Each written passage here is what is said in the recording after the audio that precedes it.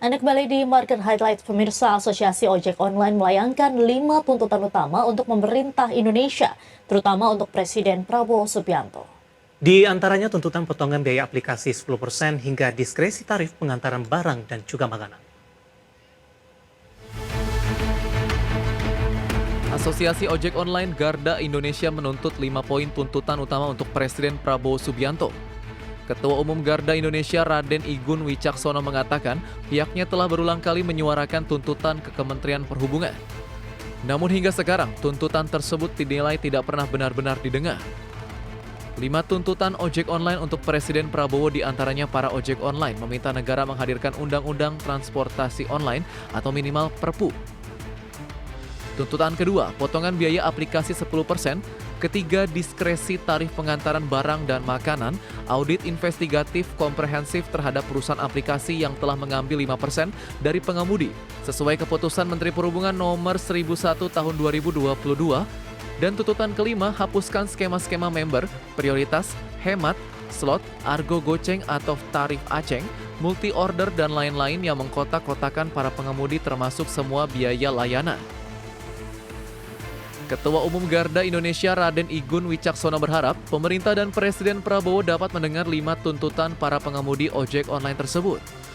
Garda Indonesia menilai lebih baik negara fokus mendengar 5 tuntutan tersebut ketimbang menaikkan harga jasa. Sebab kenaikan harga akan berdampak kemana-mana.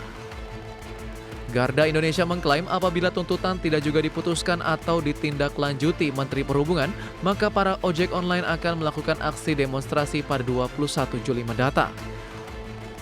Tim Liputan IDX Channel. Sementara itu, Kementerian Perhubungan saat ini masih melakukan kajian terkait rencana kenaikan tarif ojek online. Meski demikian, Kementerian Perhubungan tidak dapat memutuskan kenaikan tarif ojek online karena hanya berwenang dalam mengatur jasa angkutan penumpang. Sehingga keputusan pembahasan kenaikan tarif ojek online akan dilakukan bersama Kementerian Komunikasi dan Digital. Sekretaris Direktorat Jenderal Perhubungan Darat Kementerian Perhubungan Ahmad Yani mengatakan saat ini Kementerian Perhubungan masih melakukan kajian terkait rencana kenaikan tarif ojek online. Ahmad Yani mengatakan kajian kenaikan tarif ojek online ini dilakukan atas dasar adanya aspirasi dari para mitra pengemudi sejak 3 tahun lalu. Akan tetapi Kementerian Perhubungan tidak dapat memutuskan kenaikan tarif ojek online karena hanya berwenang dalam mengatur jasa angkutan penumpang, bukan mengatur jasa angkutan pengantaran seperti ojek online yang sesungguhnya berada di bawah Kementerian Komunikasi dan Digital. Dalam asosiasi kan banyak asosiasinya ya. Mengusulkan salah satunya adalah meminta kenaikan tarif. Baik itu tarif penumpang maupun juga rasionalisasi tarif antaran. Nah, yang bisa kita lakukan hanya karena memang sudah ada di PM KP 101 hanya angkutan penumpang. Yang angkutan angkaran ini sedang kita diskusikan dengan komisi. Nanti keputusannya apakah ada di kita atau ada di komisi atau siapapun ya, ini sedang kita bicarakan detail. Ahmad Yani mengatakan tidak seluruhnya para pengemudi ojek online sependapat dengan rencana pembahasan kenaikan tarif. Untuk itu, Kementerian Perhubungan akan melakukan kajian secara komprehensif dengan menggelar forum group discussion bersama mitra pengemudi, aplikator, akademisi, ekonom, hingga Yayasan Lembaga Konsumen Indonesia atau YLKI. Dari Jakarta, Ricky Anwardi, IDX Channel.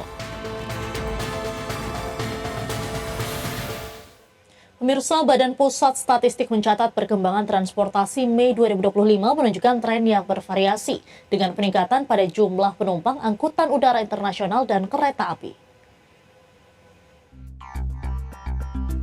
Perkembangan transportasi pada Mei 2025 menunjukkan tren yang bervariasi dengan jumlah penumpang untuk angkutan udara internasional dan kereta api menunjukkan peningkatan, sedangkan angkutan udara domestik dan laut domestik mengalami penurunan.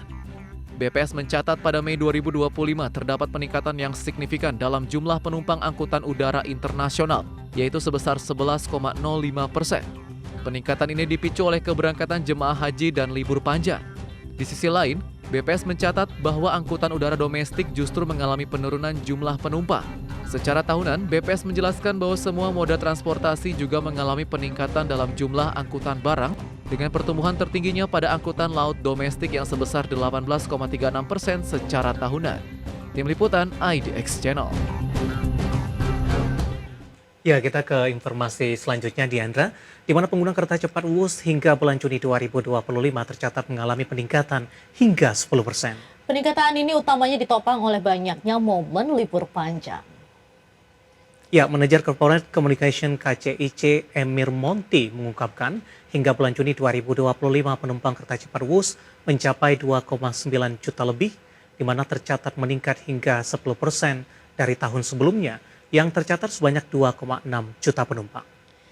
Emir Monti menegaskan peningkatan jumlah penumpang ini mencerminkan adanya kepercayaan masyarakat akan kereta cepat WUS sebagai moda transportasi pilihan utama Jakarta-Bandung saat momen libur panjang maupun sehari-hari. Untuk itu, tingkat perjalanan pun dinaikkan dari sebelumnya 48 perjalanan menjadi 62 perjalanan setiap 30 menit sekali. Peningkatan ini dapat terjadi melalui berbagai inovasi yang dilakukan oleh KCIC.